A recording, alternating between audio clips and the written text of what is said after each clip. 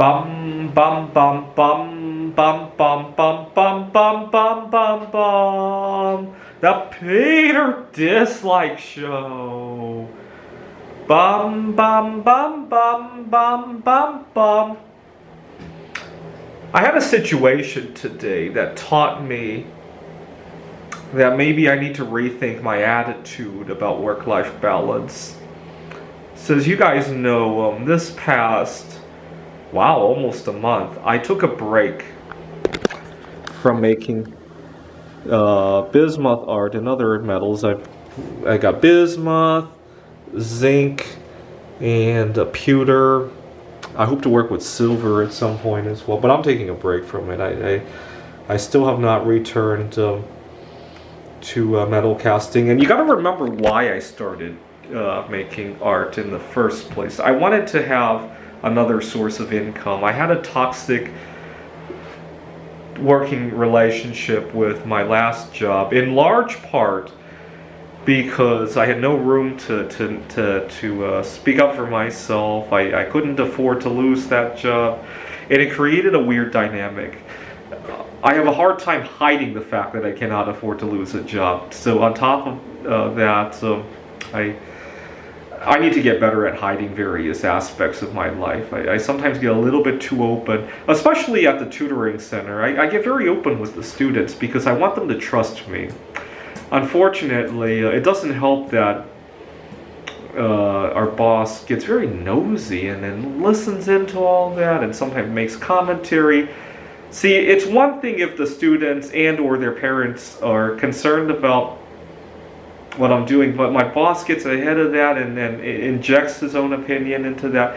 My boss had commented that I had talked to, I was giving an example for some reason, doing some kind of math class. This was a sixth grader. We were working on how to chart things, and I had explained to the sixth grader about inflation or unemployment rates, and my boss thought that was too strong a word for a sixth grader to be hearing. That the parent was okay with it. Actually, I had another sixth grader whose parents got very upset. This time my boss didn't get upset. I had been teaching him about exponential growth, and I showed him how if you live to be 300 years old, you can own the world. And the parent was very upset because the kid, he had just lost his grandmother after some time with cancer, and the idea that people might live to be 300 concerned him because he didn't want to have cancer for 200 out of those years, right, or something like that. At that point, I acknowledged, I disagree with the parent, though, but I acknowledged it. I'm sorry, and maybe next time we'll use different examples. So, the problem is that I like the students to be able to trust me. So I'm very open to sharing, among other things, what I like to do as a hobby, and depending on the age of the student, my solo sexuality and all that, right? I'm very open to sharing that stuff, but unfortunately, in the wrong hands with the management, sometimes they use it to their advantage. Not necessarily purposely, but we're all wired to do things that are to our own advantage. And so I decided that in order to not have anxiety, to give you an idea of how badly I had job anxiety and financial anxiety and all that, one day I was checking my bank statement and realized that I had been double charged for something, and it was only like a $30 charge. It was for my storage unit for my bismuth art. And I just developed huge anxiety when I called the storage facility. I mean, I was more anxious than they would. As soon as I called them, they almost knew what I was calling, and they refunded it. But for like 5 minutes while it was on hold, that's the kind of financial anxiety I was dealing with. Over a $30 charge that I could very easily explain away. And that's when I realized that I needed to do something about that. And hence that the problem with the bismuth art is, I do have another source of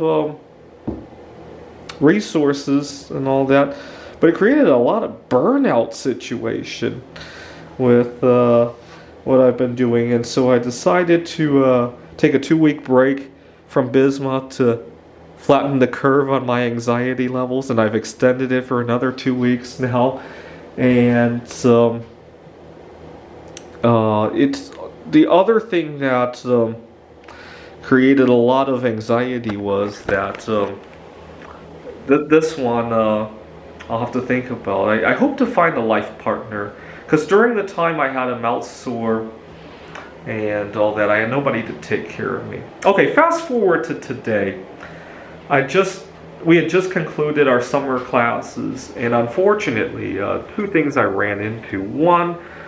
Two students had issues. One student had missed a number of lectures, and she ended up doing really well in the final, but I wanted to touch base with her. And also, one of my students, when I went to enter his grades into the system, I realized that he was delinquent or something, possibly with his tuition. So I couldn't enter his grades, and I definitely wanted to touch base with him because he had very good. I hate to see him lose his grades over this, right? I don't know if it's an oversight or if he's having whatever the situation is. And I realized I couldn't contact either of those 2 students because as soon as the clock hit, or as soon as they turned in their final yesterday, they want to completely turn off from this matter. And also, I couldn't touch base with one of my colleagues. Next, in the fall, I'm going to be teaching a different math class, and he already has the template for the class, and he just needs to click 2 buttons to transfer that to me. I couldn't get a hold of him because, again, as soon as he collected all the finals and finished grading them, he kicks off into vacation mode. See, that's what I need to do. I have a hard time with that. I vacation very differently than a lot of my colleagues. I very rarely completely disconnect from work, but at the same time, I tend to see. If we were to chart this out on a piece of, let me see if I could see. Most of my colleagues. Now, if I can find some paper. Most of my colleagues work like this, right? They go bam, bam. I tend to be more like this. Right, and people think that I don't take my over here. People think I don't take my job seriously. Over here, I'm a nuisance trying to look for people who did. And I don't know. Am I wrong, or do I just have a different working orientation, work style orientation, if you will? But at the same time, I desperately want to figure this out. I love having a second source of income to kind of allow myself to speak at work, but at the same time, it's gobbling up all my energy. And hence why I'm taking another 2 weeks away from that to flatten the curve on my anxiety a little bit.